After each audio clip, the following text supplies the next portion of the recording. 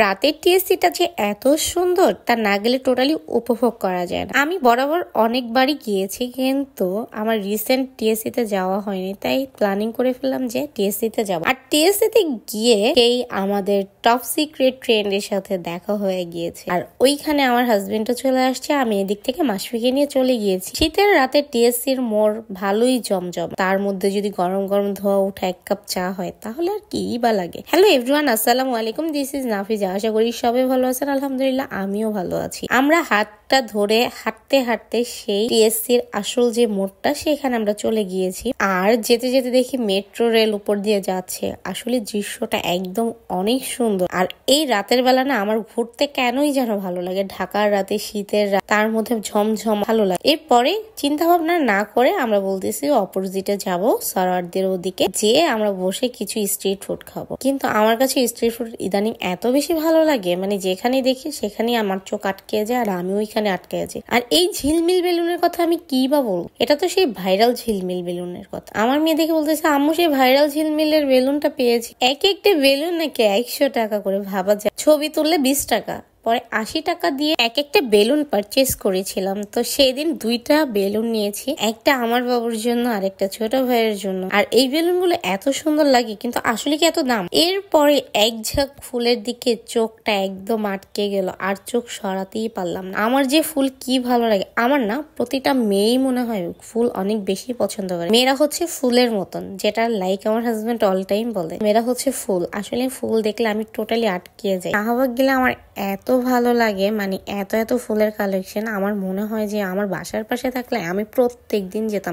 এত এত ফুল, ওইখানে গেলে আমার ফুল মাস্ট বি নেওয়া লাগবে। আর এত সুন্দর সুন্দর ফুল, যখনই যাই তখনই হচ্ছে ফুলের অভাব হয় না। এদিক থেকে আমি ফুল দেখতেছিলাম, আর ওদিক থেকে আমার পছন্দের রোজ নিয়ে এসে সে আমাকে বললো, এটা তোমার জন্য। আর কি লাগে বলে? এটা হতে পারে 20 থেকে 30 টাকার ফুল, বাট আমার কাছে কোটি টাকার ফুল। কারণ এই ভালোবাসাটুকু কয়জনই বা পায়। আলহামদুলিল্লাহ আমি পেয়েছি, কারণ ফুল দেখলে সে আমাকে নিয়ে দিবে। কারণ ফুল যে আমার অনেক বেশি পছন্দ সেটা সে ভালো মতনই জানে। এখন আমি ফুল নিয়েছি, আমার ফ্রেন্ডরা বলতেছে আমাকে দিবি না, ভাইয়া আমাকে দিবেন না। তো ভাইয়া তাদের দুইজনকে গিফট করেছে, বউকেও দিয়েছে, শালিদেরকেও দিয়েছে। আর ফুলগুলো এত সুন্দর, এক ঝাঁক গোলাপ।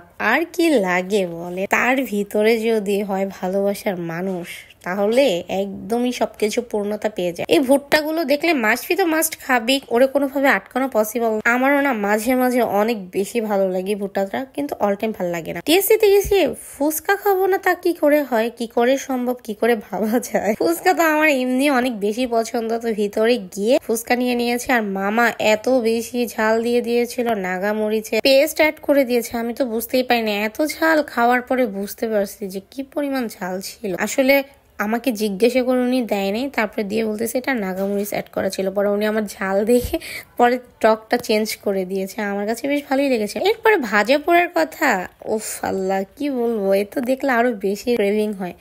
আমি যখন ভয়েস দিচ্ছি আমারই এখনো খেতে ইচ্ছা করছে। এখানে চিকেনের আইটেম ছিল, পাকোড়া ছিল, মাশরুমের ছিল, বেগুনের, আর হচ্ছে ধনে পাতার একটা কি যেন সামথিং ছিল। আমার কাছে ভালো লাগছে, কিন্তু তেলটা দেখে আমাদের এতটা ভালো লাগেনি। আমার হাজবেন্ড তো বাহিরের খাবার খেতে পারে না, বাসায় এসে এর পেটে সমস্যা হয়ে গিয়েছে। টকটা জোস ছিল। এরপরে ওরে একবার করে ট্রাই করাতে ছিলাম যে তুমি আগে ফার্স্ট টাইম ট্রাই করো, তারপর আমি খাবো। তারও ভাজা পোড়া অনেক বেশি পছন্দ, কিন্তু বাহিরের জিনিস সে খুবই কম খায়। যেহেতু আমাদের খুবই বেশি গ্যাস্ট্রিকের প্রবলেম আছে, যার জন্য বাহিরের এই ভাজা পোড়া তেলটা অ্যাভয়েড করি। কিন্তু সেদিন চোখে দেখার পরে কোনোভাবে অ্যাভয়েড করা যাচ্ছিল না, মনে হচ্ছিল সবই খেয়ে ফেলি, কিন্তু এত কি খাওয়া যাবে? এরপর লাস্ট মোমেন্ট আমি বলতেছি মোমো খাবো, কিন্তু আমরা যে টাইমটাতে গিয়েছি তখন হচ্ছে অনেক রাত হয়ে গিয়েছে, আর তখন 11:30 প্লাস বাজে মনে হচ্ছিল। তখন একদম মানুষ বের হতে ছিল, আর দোকানগুলি অফ হয়ে যাচ্ছিল। এই মোমোর দোকানটা আমরা খোলা পেয়েছি। আমি বলতেছি মোমো খাবো, কিন্তু ওর মোমোটা খুব জুস ছিল, খারাপ ছিল না। 100 টাকা প্লেট ছিল, বাট অনেক বেশি টেস্ট লাগছিল। বাচ্চারাও গরম ধোয়া উঠা মোমো খাবে। এদিক থেকে মারু বিয়ে করছে, আমাদের সাথে দেখা করতে আসছে ফার্স্ট টাইম বিয়ের পরে। তাকে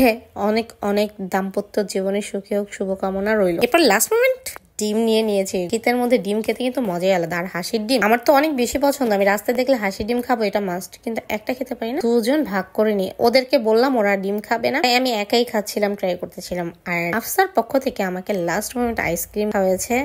আমি আইসক্রিম খেতে চেয়েছিলাম, সেটা বলছে আমার পক্ষ থেকে লাস্ট না, কিন্তু একটা আইসক্রিমকে আমি একা খেতে পেরেছি, এরা আমার কাছ থেকে ভাগ নিয়ে নিয়েছে। তাদের কথা কি বলবো, আমার কাছ থেকে কারাকারি করে খায়, যেভাবে খায় এটা যদি ভিডিওর মধ্যে তুলে ধরতাম তাহলে তার মান সম্মানই থাকতো না। থাক আর নাই বলি না, ও খুব ভালো, মন মানসিকতা ভালো। আমার হাজবেন্ডের এই ঝমকালো হাসিটা মাশাআল্লাহ, কেউ নজর দিবেন না। এরপরে হাফসা মোরব্বা খাবে, সে মোরব্বা নিয়ে নিল, এত মিষ্টি নাকি খাওয়া যায়। আরেক দিক থেকে আমি একটা আইসক্রিম খাচ্ছিলাম। আমার লাস্ট মোমেন্ট আমাদের অবস্থা দেখেন, এক রিক্সায় কতগুলা হাফসা উপরে বসে, হাফসার অবস্থা একদম বাজে। তবে আজকের ভিডিওটি কেমন লেগেছে তা অবশ্যই কমেন্ট বক্সে জানাবে। আর আমি যেখানেই যাই না কেন, যেটাই করি না কেন, আপনাদের কাছে আমার কাছে শেয়ার করতে খুবই ভালো লাগে। দেখা যাবে নেক্সট কোনো ভিডিওতে, নেক্সট কোনো ব্লগ নিয়ে। আল্লাহ হাফেজ।